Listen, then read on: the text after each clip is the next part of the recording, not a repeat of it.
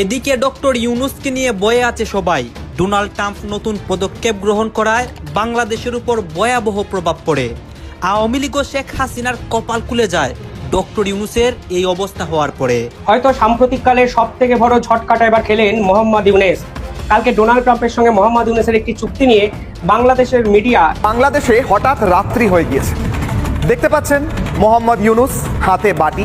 কেন হাতে বাটি? কারণ জানেন, কারণ ট্রাম্প আসার পর হঠাৎ প্রেক্ষাপটটা আসলে কিভাবে কি হচ্ছে আমি নিজেও বুঝতে পারতেছি না। তবে ইউনূস সরকারের জন্য সবকিছু কেমন যেন হিসাব নিকাশ উল্টে যাচ্ছে। তো এই মুহূর্তে শুধু তো ইউনূস সরকার না, বিষয়টা যেহেতু বাংলাদেশের সাথে রিলেটেড। ইউনূসের মতো একটা হাড়বজ্জাত বুড়ো যদি দেশের মাথায় বসে থাকে তাহলে দেশের ক্ষতি করার জন্য বাইরের কোনো শত্রুর দরকার হয় না।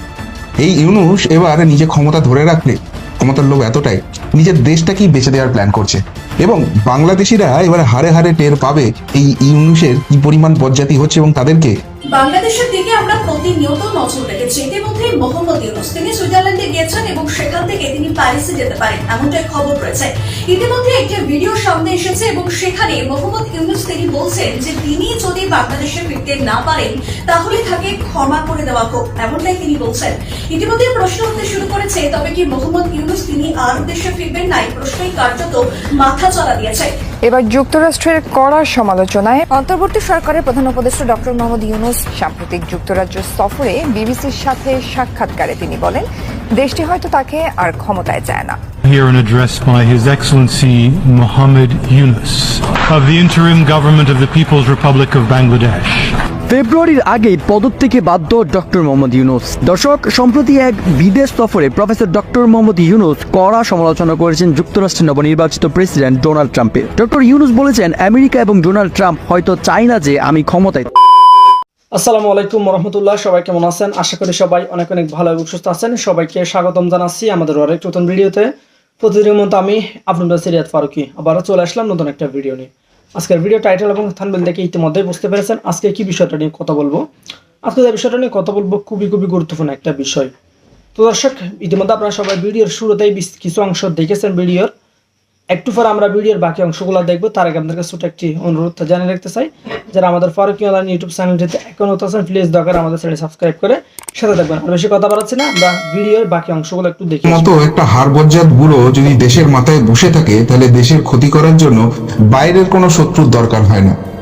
এই ইউনূস এবার নিজে ক্ষমতা ধরে রাখলে ক্ষমতার লোভ এতটাই নিজের দেশটাকেই বেঁচে দেওয়ার প্ল্যান করছে, এবং বাংলাদেশিরা এবার হারে হারে টের পাবে এই ইউনূসের কি পরিমাণ বজ্জাতি হচ্ছে এবং তাদেরকে চীনের সামনে ঠিক কি ধরনের গিনিপিগ হতে হবে। কি ঘটনা ঘটেছে দেখুন। যেটা জানা যাচ্ছে যে এই ইউনূস ক্ষমতায় আসার পর বাংলাদেশের যেটুকুনি এমনি তো গরিব দেশ, তার উপরে যেটুকুনি টাকা পয়সা ছিল তাদের ব্যাংকে, তাদের শেয়ার মার্কেটে সব ঝেড়ে ঝুড়ে ফাঁক করে দিয়েছে। আর এদিকে যেটুকুনি শস্য টস্য জমা ছিল সেগুলো সব ঝেড়ে ঝুড়ে বিক্রি বাটা করে দিয়ে একদম সমস্ত কিছু নিজের পকেটে ঢুকিয়ে ফেলেছে। ফলে বাংলাদেশে হাড়ির হাল হয়ে গেছে, আর এখন দেশের মানুষের খেতে পাচ্ছি না অবস্থা। সুতরাং সেই জায়গা থেকে প্রবল আর্থিক কষ্টের মধ্যে রয়েছে বাংলাদেশ। আর তাই তারা যেটা করছে IMF থেকে ঋণ নিচ্ছে। এবার যেটা খবর হচ্ছে সেটা হচ্ছে এই যে ফেব্রুয়ারির 10 তারিখ, সেই ফেব্রুয়ারির 10 তারিখে যে ঋণটা বাংলাদেশে চলছে তার চতুর্থ শেষ কিস্তি পাওয়ার টাকা ছিল, এবং তার পাশাপাশি আরো 70 কোটি US ডলার ঋণ এক্সট্রা চেয়েছিল ইউনূস সরকার। কিন্তু যা জানা যাচ্ছে যে এই শেষ কিস্তির টাকাটা IMF আর পাঠাবে না। ওই 70 কোটি US ডলারের যে নতুন ঋণ বলেছে সেটা তো ভুলেই যাক, যে শেষ কিস্তির ওদের টাকা পাওয়ার কথা ছিল সেটাও পাঠাবে না। এবার যারা অনুপ্রাণিত মিডিয়া রয়েছে, ইউনূসও তো এখন অনেক চামচা হয়ে গেছে, না করা ছাড়া উপায় নেই, নাহলে বাঁশ দিয়ে ছেড়ে দিচ্ছে। তারা একটা খবর ছড়ানোর চেষ্টা করছে যে টেকনিক্যাল কারণে ঋণের টাকাটা পেতে বেশ কিছু দেরি হয়ে যায়। কি সেই টেকনিক্যাল কারণ কেউ কিন্তু ব্যাখ্যা করতে পারছে না। কিন্তু যেটা ইন্টারন্যাশনাল মিডিয়ায় খবর চলে আসছে সেটা হচ্ছে যে বাংলাদেশ আগে যে ঋণটা নিয়েছিল সেই ঋণটা নিতে তাকে তো শোধ করতে হবে, তো সেই ঋণটাই শোধ করতে পারছে না। ফলে ইউনূস যেটা চেয়েছিল IMF এর কাছ থেকে এক্সট্রা টাইম, কিন্তু বাংলাদেশের বর্তমান আর্থিক অবস্থা দেখে IMF ওইসব এক্সট্রা টাইম কিচ্ছু দেওয়ার কোনো চান্স দেয়নি, কোনো কিচ্ছু পাত্তা দেয়নি। এবার আরেকটা যেটা মুশকিল হয়ে গেছে সেটা হচ্ছে আগামী মার্চ মাসে একটা মিটিং হবে, IMF এর লোকজন আসবে এবং এসে এই ইউনূস প্রশাসনের সঙ্গে বসে মিটিং করবে। সেই মিটিংয়ে কি হবে? সেই মিটিং এ বাংলাদেশকে প্রমাণ করতে হবে যে যে টাকাটা তারা ঋণ নিয়েছে, যে কিস্তিটা তাদের ফেরত দেওয়ার কথা, সেই টাকাটা তারা ফেরত দিতে পারবে, তবেই তারা আবার ফার্দার ঋণ পাবে, আরো টাকা পাবে। এবার আইএমএফ অন্য কিচ্ছু বোঝে না, এরা সিম্পলি বিজনেস করতে এসছে, ভাই আমি ঋণ দিচ্ছি, ঋণের পরিমাণে একটা ইন্টারেস্ট পাবো, সেটাই হচ্ছে আমাদের ইনকাম। সুতরাং তারা দুটো জিনিস দেখবে, এক, সরকার কর বাড়িয়ে আর আয় বাড়াতে পারবে কিনা। যদি দেশের অবস্থা খারাপ হয়, তুমি আরো ট্যাক্স বসাও, বসিয়ে সেখান থেকে টাকা তোলো, তুলে আমাদের ঋণের টাকাটা ফেরত দিয়ে দাও, এটা আছে। আর 2 নম্বর আর একটা জিনিস হতে পারে যে ঠিক আছে বাবা, তুমি দেশের মানুষকে কোনো ডিস্টার্ব করতে চাও না, কিন্তু তোমার বাণিজ্য খুব ভালো, তুমি সামাও বিদেশি টাকা প্রচুর পাও, তোমার বিদেশি মুদ্রার যে ভান্ডার আছে সেটা খুব ভালো অবস্থায় রয়েছে, তাহলেও ঋণ দেবে। দুটোর একটা জায়গা, মানে সোজা কথায় ওসুলি যেখান থেকে হবে সেখানেই এরা ঋণ দেবে। কিন্তু যেটা মুশকিল হচ্ছে যে বিদেশি মুদ্রা ভান্ডার তো কার্যত শেষ হয়ে গেছে, কিছু নেই এখন, অলমোস্ট জিরোর দিকে চলে এসেছে বাংলাদেশে। অন্যদিকে নিত্য প্রয়োজনীয় জিনিসের দাম বাড়ছিল ইউনিশ আসার পর থেকে, যারা ওই নতুন স্বাধীনতা করে বাংলাদেশে খুব লাফাচ্ছিল, চিলবিল করছিল, তারা বুঝে গেছে নতুন স্বাধীনতার স্বাদটা কিরকম। তা সত্ত্বেও এই ইউনুস প্রশাসন ভ্যাট বাড়িয়ে দিয়েছে, ফলে নিত্য প্রয়োজনীয় যে জিনিস রয়েছে সেগুলো একদম আকাশ ছোঁয়া হয়ে গেছে। আর এর ফলে যেটা হয়েছে, মানুষের হাতে একই টাকা নেই, চাকরি নেই, শিল্পের অবস্থা খারাপ, সব মিলিয়ে তো তারা কেনাকানি কার্যত বন্ধ করে দিয়েছে। ফলে যখন বিক্রি বাটা তলানিতে, তখন ইনকামটা গভর্নমেন্টের হবে কোথা থেকে? আর সব থেকে বড় কথা, এইসব ডামাডোল রাজনৈতিক অস্থিরতা, বিজনেসম্যানরা তো এসব কিছু বোঝে না, তারা ধীরে ধীরে কিন্তু বিজনেস গুটিয়ে নিচ্ছে বাংলাদেশ থেকে। ফলে বস্ত্র শিল্প একমাত্র বেঁচে থাকার জায়গা বাংলাদেশে, সেটার অবস্থা দিন দিন খারাপ হচ্ছে, কর্মসংস্থান হারাচ্ছে। আগামী 2 বছরের মধ্যে বিভৎস পরিমাণ সেখানে জব আউট হয়ে যাবে, জব স্কোপ পুরোপুরি শেষ হয়ে যাবে বাংলাদেশে, এমন কিন্তু ফোরকাস্ট আসছে। তাহলে এই সমস্ত যদি জায়গা হয়, ট্যাক্স বাড়াবার জায়গা নেই, ট্যাক্স অলরেডি বাড়িয়ে দিয়েছে, তাতেই মানুষের অবস্থা খারাপ, বিক্রি বাটা বন্ধ, এরপর ট্যাক্স বাড়ালে গিয়ে ইউনুসকে পিটিয়ে দেবে বাংলাদেশের লোকজন, আর বিদেশি মুদ্রার ভান্ডারও শূন্য হচ্ছে, তাহলে আইএমএফ এর কাছ থেকে আর ফার্দার কোনো ঋণ পাওয়ার কার্যত কোনো জায়গা নেই। এদিক ওদিক করে ম্যানেজ করে হয়তো কিছু টাকা পেতে পারে, কিন্তু ভবিষ্যতে দেশ চালাবার জন্য যে মোটা টাকা প্রয়োজন, সেটা কিছু কিন্তু আইএমএফ এর কাছ থেকে জোগাড় করতে পারবে না। তাহলে কোথা থেকে টাকাটা পাবে? এইখানেই হচ্ছে কাহানিমের টুইস্ট, কেননা এখানে এন্ট্রি নিচ্ছে চীন। আর চীনের বৈশিষ্ট্যই হচ্ছে এরকম যেসব দেউলিয়া হয়ে গেছে দেশগুলো, সেগুলোকে টার্গেট করা, তারপর তাদেরকে মোটা সুদে একটা টাকা ধার দেবে। ঠিক আছে, ঋণ চাও, আইএমএফ থেকেও বেশি ইন্টারেস্ট নেবো। আর এই দেশগুলো দেখবে যে আমাদের কাছে তো টাকা নেই, কোথাও থেকে ধার পাচ্ছি না, ভাই আগে ধারটা পাই, কোনো রকমের চালায়, ইন্টারেস্ট পরে দেখা যাবে। কিন্তু তাতে আলটিমেটলি কি হবে? তাতে আলটিমেটলি একদিন ধীরে ধীরে বাংলাদেশ শ্রীলঙ্কা হয়ে যাবে। ঠিক শ্রীলঙ্কার যেরকম অবস্থা হয়ে গেছিল, ঠিক সেই জায়গায় পৌঁছে যাবে। চীনের কথায় সোজা কথা উঠতে হবে, বসতে হবে। এবং সব থেকে যেটা মজার ব্যাপার হবে, বাংলাদেশের যে সরকারটা থাকবে, সেটাই তত্ত্বাবধায়ক সরকার হোক আর নির্বাচিত সরকারই হোক, সেখানে বাংলাদেশের কেউ একজন হয়তো সাম্প্রতিককালে সব থেকে বড় ঝটকাটা এবার খেলেন মোহাম্মদ ইউনুস। কালকে ডোনাল্ড ট্রাম্পের সঙ্গে মোহাম্মদ ইউনুসের একটি চুক্তি নিয়ে বাংলাদেশের মিডিয়া এই মোহাম্মদ ইউনুসকে দিনের পর দিন যেভাবে ভগবান বানিয়েছে, কাল হয়তো আরো এক ধাপ উত্তরণ ঘটিয়ে বাংলাদেশের ইতিহাসে সর্বাধিনায়ক বানিয়ে দিয়েছিল এই বাংলাদেশের একাধিক মিডিয়া। কিন্তু আসলে ডোনাল্ড ট্রাম্পের পায়ে পড়ে নিজের মেয়েকে বাঁচানোর যে ষড়যন্ত্র কালকে মোহাম্মদ ইউনুস করেছিলেন, আজকে কিন্তু ডোনাল্ড ট্রাম্প সম্পূর্ণভাবে মোহাম্মদ ইউনুসের হাতে হাড়িটা ভেঙে দিয়েছেন। এবার এড সাহায্য বন্ধ করলো ডোনাল্ড ট্রাম্পের আমেরিকা, অর্থাৎ যে বাংলাদেশ দিনের পর দিন আমেরিকার থেকে অর্থ সাহায্য পেত, সেই পুরো সাহায্য আগামী 90 দিনের জন্য বন্ধ করে দিল ডোনাল্ড ট্রাম্প প্রশাসন। আর এখানেই সব থেকে বড় প্রশ্ন, বাংলাদেশের ভবিষ্যৎটা কি হতে চলেছে? আর এই অন্তর্বর্তীকালীন সরকারের এর শেষটাই বা কোথায়? কি বন্ধ করেছে আমি বিস্তারিত আপনাদের বলবো, তবে তার আগে ছোট্ট একটা রিকোয়েস্ট, যারা এই ভিডিও দেখছেন তারা চ্যানেলটিকে পারলে একটু সাবস্ক্রাইব করে পাশে থাকা বেল আইকনটি একটু ক্লিক করে দেবেন। আমেরিকা প্রশাসন কিছুক্ষণ আগে একটি প্রেস রিলিজ করেছে, এমনকি এই প্রেস রিলিজ বাংলাদেশের আমেরিকা যুক্তরাষ্ট্রের যে হাই কমিশনার তিনিও কিন্তু করে দেন। সেখানে বলা হয়েছে, America government immediate stop work under suspension of all activity of US aid, অর্থাৎ এই ইউএস আন্ডারের আমলে থাকা যত রকম কাজকর্ম আমেরিকা প্রশাসন ইমিডিয়েট আকারে বন্ধ করার একটি নোটিশ জারি করেছে। অন্তত বাংলাদেশের সঙ্গে তারা এই বিষয়ে আগামী 90 দিন কোনো রকম সম্পর্ক থাকতে পারে না বা রাখবে না। দেখুন, ডোনাল্ড ট্রাম্প যখন ক্ষমতায় এসেছিলেন, তার প্রধান নীতিটাই ছিল আমেরিকা ফার্স্ট, অর্থাৎ তার পররাষ্ট্র নীতি যখন ডিসাইড হবে তখন কোন দেশের সঙ্গে সম্পর্ক রাখা উচিত আর কোন দেশের সঙ্গে সম্পর্ক রাখা উচিত নয় সে বিষয়ে তিনি নতুন করে ভাববেন তা কিন্তু পরিষ্কার বলে দিয়েছিলেন। শুধু তাই নয়, ডোনাল্ড ট্রাম্প পরিষ্কারভাবে বলেছিলেন আমেরিকা মানুষের ট্যাক্সের টাকা কেন আমেরিকা অন্য দেশের জন্য খরচ করবে। আর এই নীতি যখন নতুন করে তৈরি করতে শুরু করলেন তিনি, তখন প্রথম এক্সিকিউটিভ অর্ডারে যে সাইনটা করলেন সেই লিস্ট থেকে ইউএস এইড বা যে খরচা আমেরিকা পরবর্তী 4 বছর করবে সেই সম্পূর্ণ দেশের তালিকা থেকে বাংলাদেশ কিন্তু বাদ পড়ে গেল। অথচ কিছুদিন আগে জো বাইডেনের আমেরিকা কিন্তু বাংলাদেশ সরকারকে প্রায় $200 মিলিয়ন ইউএস এইড সাহায্য করেছিল। অর্থাৎ জো বাইডেনের সাথে মোহাম্মদ ইউনূসের সম্পর্কের ফলে মসনদ থেকে সরে যেতে বাধ্য হন শেখ হাসিনা। আর ইউএস গভর্নমেন্ট অর্থাৎ জো বাইডেন কিন্তু মোহাম্মদ ইউনূসকে $200 মিলিয়ন ইউএস সাহায্য করেছিল, যা ডোনাল্ড ট্রাম্প এসে সম্পূর্ণভাবে বন্ধ করে দিলেন, যা নিঃসন্দেহে বাংলাদেশের বর্তমান অর্থনৈতিক এবং সামাজিক পরিস্থিতিতে সব থেকে বড় ধাক্কা।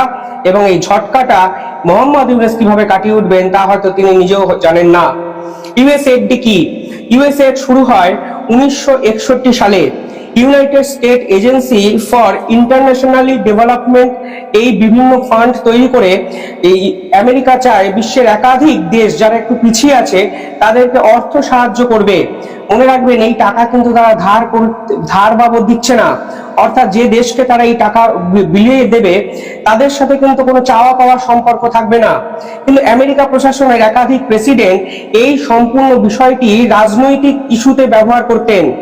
আমেরিকার এক প্রেসিডেন্ট ছিলেন মাইকেল নিক্সন, যিনি এই ইউএস এইড নিয়ে বলেছিলেন, let us remember that the main purpose of America did not help other nation but to help ourself. অর্থাৎ এই ইউএস নেট তারা সেই দেশকেই দেবে যারা ভবিষ্যতে তাদের সঙ্গে সম্পর্ক ভালো রাখবে এবং একাধিক চুক্তিতে আমেরিকা তাদের থেকে কিছু না কিন্তু ভবিষ্যতে পেতেন বা চাইতেন। অর্থাৎ এই ইউএস এইড আমেরিকা যাদেরকে দিতেন তাদের সঙ্গে আমেরিকা ভবিষ্যতে কাজ করতে যায়। আমেরিকা পররাষ্ট্রনীতি সেই সকল দেশগুলোকে ধরে তৈরি হয় এরকমই কিন্তু মনে করতেন আন্তর্জাতিক বিশেষজ্ঞরা। আর ভাবলে অবাক হবেন, এই ইউএস এইডের জন্য আমেরিকা কিন্তু $50 থেকে $70 বিলিয়ন ইতিমধ্যেই খরচ করে ফেলেছে। আর এই বাংলাদেশের এই নাম এই তালিকা থেকে এবার যে বাদ গেল, এতে স্পষ্টভাবে বোঝা গেল যে ডোনাল্ড ট্রাম্প প্রশাসন অন্তত পরবর্তী 4 বছরের জন্য বাংলাদেশকে তাদের হিসাবের মধ্যেই রাখছে না। অন্তত বাংলাদেশের এই অন্তর্বর্তীকালীন সরকারের জন্য আমেরিকা প্রশাসনের যে কোনো সহানুভূতি নেই তা কিন্তু পরিষ্কারভাবে বোঝা গেল। এই ইউএস এইড কারা পেয়েছে আপনারা বুঝুন। ইসরায়েল সব থেকে বেশি ইউএস এইড পেয়েছে সাম্প্রতিক কিছু বছরে, তার পরিমাণ $312.5 বিলিয়ন। পরবর্তীকালে ভিয়েতনামকে আমেরিকা সব থেকে বেশি সাহায্য করেছে, সেটি হলো $184.5 বিলিয়ন। পরবর্তীকালে মিশর অর্থাৎ ইজিপ্টকে সাহায্য করেছেন $183 বিলিয়ন। আফগানিস্তানকে $158 বিলিয়ন ইউএস কিন্তু দিয়েছে। পাশাপাশি সাউথ কোরিয়াকে এই আমেরিকা প্রশাসন দিয়েছে $120 বিলিয়ন। আর এই যে তালিকা, এই তালিকার 10 নম্বরের মধ্যেই কিন্তু বাংলাদেশের নামটা ঘোরাফেরা করত, যখন হিলারি ক্লিনটন থেকে জো বাইডেন দিনের পর দিন বাংলাদেশ সরকারকে কিন্তু অর্থ সাহায্য করেছে। আমি আবার বলছি, এই টাকা যে আমেরিকা প্রশাসন দিয়েছে তারা কিন্তু রিটার্নে কিছু চায়নি কখনো, তারা সুদ দিতে বলেনি, এই টাকা ধার বাবদ দেয়নি, কিন্তু একান্তই আমেরিকা চেয়েছে এই দেশগুলোর সঙ্গে সম্পর্ক ভালো রাখতে এবং এই দেশের সঙ্গে সম্পর্ক ভালো রেখে ডিপ্লোম্যাটিক ওয়েতে কিছু ডিল কমপ্লিট করতে। আর সেই জায়গায় দাঁড়িয়ে মোহাম্মদ ইউনূসের সঙ্গে সম্পর্ক ছেদ নিঃসন্দেহে বাংলাদেশের ভবিষ্যৎ নিয়েও কিন্তু এক বড় প্রশ্ন চিহ্ন তুলে দিল। সাম্প্রতিক সময় আমেরিকা একটি লিস্ট প্রকাশ করেছে যেখানে তারা বলেছে তারা এবছর ইসরায়েল এবং ইজিপ্টকে এই অর্থ সাহায্য প্রাথমিকভাবে করবে। অনেকে ইউক্রেনের নামটা ঢোকানোর চেষ্টা করছিলেন, কিন্তু ইউক্রেনকে ডোনাল্ড ট্রাম্প এখনই এই তালিকায় রাখেননি। কিন্তু ইউক্রেনের যে প্রেসিডেন্ট তিনি বলতে শুরু করেন আমেরিকা তো আর্মির জন্য ফান্ডিং বন্ধ করেনি, অর্থাৎ মরাল বুস্টআপের একটা চেষ্টা করা হয়েছে। অর্থাৎ পরিষ্কার এটা বোঝা যাচ্ছে ডোনাল্ড ট্রাম্প নতুন করে এই দেশগুলোর সঙ্গে আমেরিকার সম্পর্ক কতটা রাখা উচিত এ বিষয়ে রিএভ্যালুয়েট করবেন। অর্থাৎ নতুন করে তারা ভাববেন এরা কতটা বাংলাদেশের মতো দেশ কতটা আমেরিকার সাহায্য তাদের প্রয়োজন, কিংবা আমেরিকারই বা বাংলাদেশকে কতটা প্রয়োজন। এই সম্পূর্ণ বিষয় নিয়ে যখন কথাবার্তা শুরু হবে তখন নিঃসন্দেহে মোহাম্মদ ইউনূসের সঙ্গে ডোনাল্ড ট্রাম্পের অতীতের সম্পর্ক কিন্তু বারবার ফিরে আসবে। মনে রাখবেন এই মোহাম্মদ ইউনূস কিন্তু ডোনাল্ড ট্রাম্পকে হারানোর জন্য হিলারি ফাউন্ডেশনকে কয়েক কোটি ডলার কিন্তু সহায়তা করেছিলেন এবং ডোনাল্ড ট্রাম্প 2016 সালে নির্বাচনে জিতে সকলের আগে মোহাম্মদ ইউনূসকে সুদখোর ব্যবসায়ী বলে অভিহিত করেন। ফলে নিঃসন্দেহে অতীতের এই সম্পর্ক অন্তত বর্তমান সময়ের বাংলাদেশ এবং আমেরিকার পররাষ্ট্র নীতিতে কিন্তু উল্লেখযোগ্য এক ভূমিকা পালন করবে। অন্তর্বর্তীকালীন সরকারের সাথে শিক্ষার্থীদের নতুনভাবে কিছু ঘটছে কিনা এই প্রশ্ন সামনে আনার সময় হয়েছে। দর্শক, দিন যত যাচ্ছে ডক্টর ইউনূস সরকারের সাথে শিক্ষার্থীদের দূরত্ব বাড়ছে। এই বিষয়ের কয়েকটা দিক আছে, একটা উদ্বেগজনক দিক আর একটা শিক্ষার্থীদের জন্য প্লাস পয়েন্ট। আমরা স্পষ্টত লক্ষ্য করছি শিক্ষার্থীদের সাথে বৈষম্য ছাত্র আন্দোলন নাগরিক কমিটির সাথে সরকারের দূরত্ব বাড়ছে নানান প্রশ্নে। যেমন এই 8 আগস্টের পর থেকে এই সরকার এখন পর্যন্ত বিএনপির যে কয়টা কথা রেখেছে বা বিএনপির কথা যতটা আমল করেছে তার অর্ধেকও শিক্ষার্থীদের কথা শোনে নেই। এর মধ্যে দিয়ে একটা বিষয় স্পষ্ট হয়, এই শিক্ষার্থীরা বৈষম্য ছাত্র আন্দোলন নাগরিক কমিটি এরা কিংস পার্টি সরকারের লোক, এই কথাটা ঠিক না। হ্যাঁ, সরকারের লোক এদেশের সবাই, কারণ এই সরকারটা সবার, কিন্তু সরকার সুযোগ সুবিধা প্রাপ্ত বা এদের কথায় চলে এটা মোটেও নয়। হ্যাঁ, বরং আমরা দেখেছি এটা যে সরকারের বিপদে শিক্ষার্থীরা এগিয়ে এসেছে, রক্ষা করেছে। কিন্তু সুযোগ সুবিধা পাওয়ার ক্ষেত্রে সুযোগ সুবিধা পায় বিএনপি এবং সরকার কার কথায় চলে? বিএনপির কথায় চলে। কিন্তু সরকারকে রক্ষা করে কে? বৈষম্য ছাত্র আন্দোলন, শিবির, নাগরিক কমিটি। যেমন আনসার লীগ কারা দমন করেছিল? বিএনপি না, আনসার লীগ দমন করেছিল এই শিক্ষার্থীরা। আরো বিভিন্ন ডাক্তার লীগ, অমুক লীগ, তমুক লীগ, যেখানে ঝামেলা হয়েছে আওয়ামী লীগের লোকজন ছদ্মবেশে ঝামেলা করার চেষ্টা করেছে, সেখানেই শিক্ষার্থীরা ছুটে এসেছে, সেখানেই শিবির ছুটে এসেছে, বিএনপি কিন্তু নয়। কিন্তু বিভিন্ন পোস্ট পজিশন, পিপি, এপিপি, সকল অ্যাটর্নি জেনারেল, অতিরিক্ত অ্যাটর্নি জেনারেল থেকে শুরু করে আপনি যত পোস্ট পজিশন আছে, আরো বিভিন্ন ডিসি, ওসি, কোন পন্থী? সব বিএনপি পন্থী। আরো বিভিন্ন যত চুক্তিভিত্তিক নিয়োগ আছে 80%-এর বেশি বিএনপি পন্থী। এর মানে ভাগ বাটোয়ারা সব পেয়েছে বিএনপি এবং সরকার কার কথা শুনছে? বিএনপি। যেমন রাষ্ট্রপতি চুপটুকে সরানো হবে, শিক্ষার্থীরা বলছে সরাতে হবে, কিন্তু বিএনপি বলছে না, সরানো যাবে না। সরকার বিএনপির কথা মেনে নিয়েছে। তাহলে সরকার কার কথা চলে? বিএনপির কথায়। শিক্ষার্থীদের কথা শুনে না। আর এই শিক্ষার্থীদের বলছেন কিংস পার্টি, ধান্দাবাজি এটা। এরপরে আসেন, শিক্ষার্থীরা বললো যে আগে স্থানীয় সরকার নির্বাচন, তারপরে জাতীয় নির্বাচন। আমরা শিক্ষার্থী উপদেষ্টাও বলেছে, কিন্তু বিএনপি বলছে না, আগে স্থানীয় সরকার নির্বাচন মানবে না। এখন নির্বাচন কমিশন বলছে ঠিক আছে, আগে জাতীয় নির্বাচন। বিএনপির কথাই চলছে, উৎসাহ বলছে। এইভাবে শিক্ষার্থীদের সাথে সরকারের দূরত্ব তৈরি হচ্ছে। শিক্ষার্থীদের কথা সরকার শুনছে না, বিএনপির কথা শুনছে এবং সরকারকে নানানভাবে করা হুঁশিয়ারি দিচ্ছেন শিক্ষার্থী নেতারা, হাসনাত আব্দুল্লাহ সহ অনেকে। এবং সার্জিস জুলাই ফাউন্ডেশন থেকে পদত্যাগ করেছে, মানে সরকারের সাথে আর একটা দূরত্ব তৈরি হয়ে গিয়েছে। দর্শক, তবে হ্যাঁ, সরকার ঝুঁকছে জামাতের দিকে, এই কথাটা আমরা বলতে পারি। কারণ শিক্ষার্থীদের প্ল্যাটফর্ম থেকে সরকারের বিরুদ্ধে নানান কথাবার্তা বলা হচ্ছে। এই ভ্যাট আরোপ করা বা নানান বিষয়ে শিক্ষার্থীরা নানান কথাবার্তা বলছে সরকারের বিরুদ্ধে, সংবাদ সম্মেলন করছে, নানান বিষয়ে ইখতিলাফ হচ্ছে। কিন্তু জামাতের সাথে সরকারের গুরুতর কোনো ইখতিলাফ আমরা দেখিনি। হ্যাঁ, জামাতও চুপ্পুর পদত্যাগ চেয়েছিল বা ভ্যাট প্রত্যাহার চায়, কিন্তু সেটা জোরালো কোনো বিবাদ জামাতের সাথে সরকারের কিন্তু ঘটেনি। এই জন্যে বিএনপি তো সরকারকে চাপে রেখে ঘাট ধরে নানান কিছু আদায় করছে। এই জন্য সরকার বিব্রত, বিএনপির প্রতি বিরক্ত, কিন্তু বাধ্য হচ্ছে মানতে। আর শিক্ষার্থীদের কথা শুনছে না। জামাতের সাথে সরকারের কোনো অল্টারনেটিভ এখানে নেই। এই জন্যে সরকার সবচেয়ে কমফোর্ট জামাতের প্রতি, জামাতের দিকে ঝুঁকছে কথা বললে ভুল হবে না। তবে সুযোগ সুবিধা কিন্তু জামাতকে বেশি দিতে পারে না, সুযোগ সুবিধা দেওয়ার সময় বিএনপিকে। আর সরকারের জন্য নিরাপদ দল কোনটা? জামাত। এই অর্থে বলছে জামাতের দিকে ঝুঁকছে। হাসনাত আব্দুল্লাহ বলছেন অন্তর্বর্তী সরকারের অনেক সিদ্ধান্তে মানুষ ক্ষুব্ধ এবং অন্তর্বর্তী সরকারের কড়া সমালোচনা করেছেন হাসনাত আব্দুল্লাহ। এই সমালোচনাগুলো প্রমাণ করে যে না, সরকারের সাথে শিক্ষার্থীদের দূরত্ব বাড়ছে।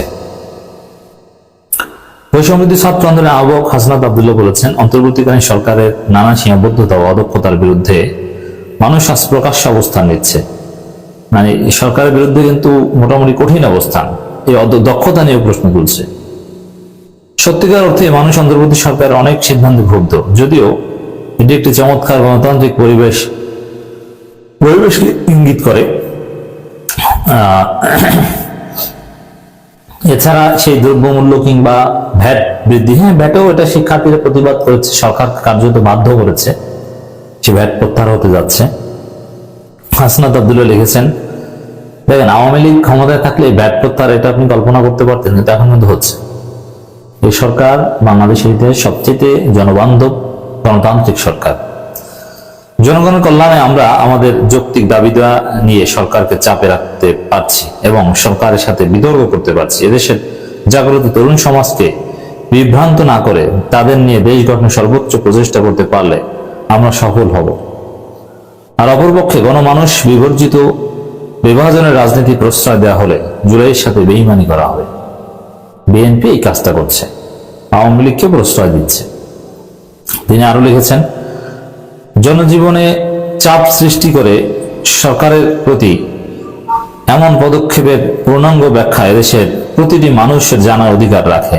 যেমন সাম্প্রতিক সময়ে সরকার কেন ভ্যাট বৃদ্ধি করলো, এর বিকল্প কি ছিল, কিভাবে জিনিসপত্রের দাম অতি দ্রুত মানুষের নাগালের মধ্যে নিয়ে আসা যাবে, কবের মধ্যে ভ্যাট কমানো যাবে, এ ব্যাখ্যা বিশ্লেষণ অবশ্যই সাধারণ মানুষের কাছে পৌঁছে দিতে হবে।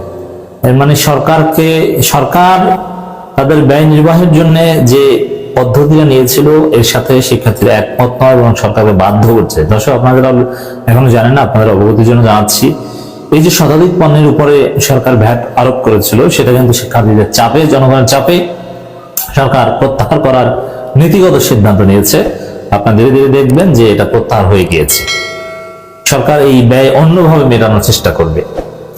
এটা অন্তর্বর্তী সরকারের অন্যতম একটি দায়িত্ব বলে আমরা মনে করি। এটি নিয়ে ন্যূনতম গরিমসি করার অর্থ হলো আগামীর বাংলাদেশ নিয়ে গণমানুষের স্বপ্নে অন্তর্বর্তীকালীন সরকারের অস্তিত্বকে বিপন্ন করা। বৈষম্যবিরোধী ছাত্র আন্দোলনের আহ্বায়ক লিখেছেন, এদেশের অধিকাংশ মানুষ সহজ সরল জীবনযাপনে অভ্যস্ত। দেশটা কেমন আছে সেটাও তারা বোঝার চেষ্টা করবেন সহজ হিসাব নিকাশের মাধ্যমে। যখন চালের দাম বাড়ে, নিত্য প্রয়োজনীয় পণ্যের দাম বাড়ে, বাবা মা সন্তানের মুখে পুষ্টিকর খাবার তুলে দিতে ব্যর্থ হয় মানুষ, তখন তারা ধরে নেয় দেশটা ভালো নেই। এটাই বাস্তবতা। একেবারে জনগণের বাস্তবতা বুঝে হাসনাত আব্দুল্লাহর কথা বলেছেন সরকারের বিরুদ্ধে। এবং এই কথাগুলো আমরা বলে আসছি, এই সংবিধান, দেশের সাধারণ মানুষ, অধিকাংশ মানুষ সংবিধান বুঝতে না পারলে সেই সংবিধান দেখতে কি করবেন? সংবিধান ব্যাখ্যার জন্য আইন বিশেষজ্ঞ হতে হবে কেন? জনগণের বোধগম্য সংবিধান। কারণ যুক্তরাষ্ট্রের সংবিধান দেখেছেন না, কয়েক পৃষ্ঠা। যুক্তরাষ্ট্র কি পৃথিবীর সবচেয়ে সমৃদ্ধ এবং উন্নত দেশ নয়? এই জন্য বাংলাদেশের সংবিধান হতে হবে 10 পৃষ্ঠা, যেখানে মৌলিক কিছু দলিল থাকবে এবং এত সহজবোধ্য ভাষায় থাকবে যে বাংলা পড়তে পারে সেই দেখে পড়তে পারবে এবং সে বুঝতে পারবে, সে ব্যাখ্যা করতে পারবে। এভাবে দেশটাকে সাধারণ মানুষের জন্য সহজ করতে হবে। তিনি লিখেছেন, লুটপাটের অর্থনীতি জারি রেখে দেশের বিপুল পরিমাণ অর্থ বিদেশে পাচার করেছে ফ্যাসিজমের দোসররা। রাষ্ট্রীয় প্রকল্পগুলো থেকে জনগণের কোটি কোটি টাকা আত্মসাৎ করে আমাদের অর্থনীতি করেছে ভঙ্গুর। চাঁদাবাজির অত্যাচারে অতিষ্ঠ হয়ে অনেক তরুণ উদ্যোক্তা ব্যবসা করতে পারেনি, কিন্তু বিগত স্বৈরাচার আমাদের বলতে দিত না। জুলাইয়ের স্বাধীনতা গণমানুষ আবার নিজের কথা বলছে, হতাশা ব্যক্ত করছে, প্রতিবাদ করছে, সক্ষমতা ফিরে পেয়েছে। মানে এই যে চাঁদাবাজদের বিরুদ্ধে আমরা কথা বলতে পারছি, আওয়ামী চাঁদাবাজদের বিরুদ্ধেও আমরা বলতাম, আমাদের দেশে থাকতে দেয়নি, কিন্তু এখন দেশে এসে আমরা বলতে পারছি। এটা এই জন্য আমি বলি যে এই ডক্টর ইউনূস সরকার আমলে বাংলাদেশে যে গণতন্ত্র আছে এটা বিরল। বাংলাদেশের ইতিহাসে এত সুন্দর গণতন্ত্র অতীতে কখনো ছিল না, মানুষের বাক স্বাধীনতা। হাসনাত আব্দুল্লাহ আরো লিখেছেন, মজলুম মানুষের এই নানামুখী যন্ত্রণা দিন শেষে ফ্যাসিজমের কবর রচনা করেছে বাংলাদেশে। এদেশের মানুষকে দমন করে, নিপীড়ন করে, অত্যাচার করে শাসন করা অসম্ভব। আজ হোক বা কাল হোক আমরা প্রতিবাদ করবই। যাক দর্শক, এখানে সরকারের স্ট্রং ক্রিটিসিজম প্রেক্ষাপটটা আসলে কিভাবে কি হচ্ছে আমি নিজেও বুঝতে পারতেছি না। তবে ইউনূস সরকারের জন্য সবকিছু কেমন যেন হিসাব নিকাশ উল্টে যাচ্ছে। তো এই মুহূর্তে শুধু তো ইউনূস সরকার না, বিষয়টা যেহেতু বাংলাদেশের সাথে রিলেটেড, সো এটা বাংলাদেশের জন্য ভালো, আমাদের জন্য ভালো, তবে বেশি ভালো এই মুহূর্তে আমি মনে করি ডক্টর মোহাম্মদ ইউনূসের সরকারের জন্য। কারণ এই মুহূর্তে দ্রব্যমূল্যের যে ঊর্ধ্বগতি, ডলার সংকট, অর্থনীতি অনেকটাই অচল অবস্থা। তো এই জিনিসগুলোর মধ্যে এই যে বাংলাদেশে নতুন একটা সিদ্ধান্ত ট্রাম্প প্রশাসনের কার্যকর করা হচ্ছে সারা পৃথিবী জুড়ে, সেটার একটা বড় ইফেক্ট কিন্তু আমাদের উপরও আসছে। তবে যতটা আসার কথা ততটা আসছে না, কারণ যুক্তরাষ্ট্র বাংলাদেশকে আলাদা একটা মেসেজ দিচ্ছে। তবে এই চমকটা কোথাও না কোথাও ডক্টর মোহাম্মদ ইউনূস তিনি এই যে আন্তর্জাতিক যে অর্থনৈতিক ফোরামে গিয়েছিলেন, সেখান থেকে তিনি আসলে বাজিটা মেরে আসছেন। এখন আসেন ঘটনা কি। ট্রাম্প ক্ষমতায় যাওয়ার পরে ইসরায়েল এবং মিশর ছাড়া অন্যান্য দেশের জন্য নতুন সব ধরনের সহায়তা তহবিল স্থগিত করে দিয়েছে। বিশ্ব স্বাস্থ্য সংস্থা থেকে বের হয়ে যাচ্ছে, প্যারিস জলবায়ু চুক্তি থেকে বের হয়ে যাচ্ছে, তারপর হচ্ছে আন্তর্জাতিকভাবে যে দান টান আমেরিকা করে বিভিন্ন দেশে, সব কিন্তু ট্রাম্প বন্ধ করে দিচ্ছে। ইভেন ন্যাটো থেকেও কিন্তু বের হয়ে যাওয়ার ঘোষণা। তো বাংলাদেশ ইফেক্টেড কোথায়? এই যে জলবায়ু ফান্ড, এটাতে একটা বাংলাদেশের বড় একটা টাকা পয়সা পাইতো, আর বিশেষ করে বিশ্ব স্বাস্থ্য সংস্থা, তারপর আপনার জাতিসংঘের কল্যাণে যে বিশ্বজুড়ে যে খাদ্য সহায়তা কার্যক্রম চলে, ওইটা থেকেও কিন্তু আমেরিকা বের হয়ে যাচ্ছে। তবে এটা আমাদের জন্য চাপ হয়ে যেতে কখন? আমাদের দেশে যে বিশাল একটা রোহিঙ্গা জনগোষ্ঠী আছে, তাদেরকে কিন্তু সরকার বসাইয়া বসাইয়া খাওয়াইতে হচ্ছে বিদেশি সহযোগিতার মাধ্যমে, আর এর মধ্যে সবচেয়ে বড় দাতা দেশ আমেরিকাই। তো যখন ট্রাম্প এই ঘোষণা দিচ্ছে, স্বাভাবিকভাবে সরকার চাপে পড়ছে যে এই বিশাল গোষ্ঠী জনগণকে এখন কিভাবে খাওয়াবে। এখন আমেরিকা না দিলে বাকিরাও খুব বেশি দিবে না। তো এর মধ্যে আজকে আমাদের মার্কিন পররাষ্ট্র দপ্তরের পক্ষ থেকে আমাদেরকে একটা বার্তা পাঠানো হয়েছে যে আপনার বাংলাদেশকে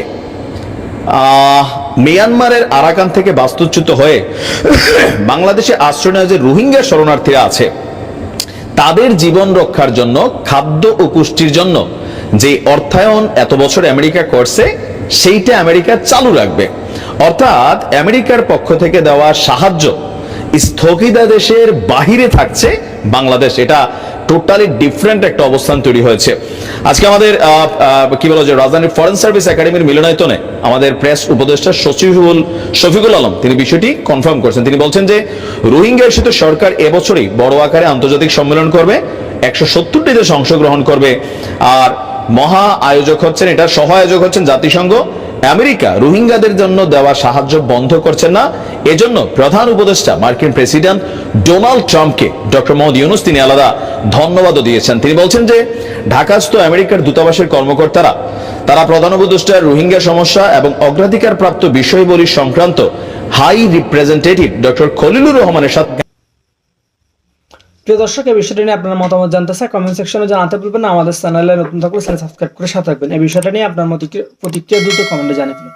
দেখা হবে না কোনো ভিডিওতে। ভালো থাকবেন, সুস্থ থাকবেন। আল্লাহ হাফেজ।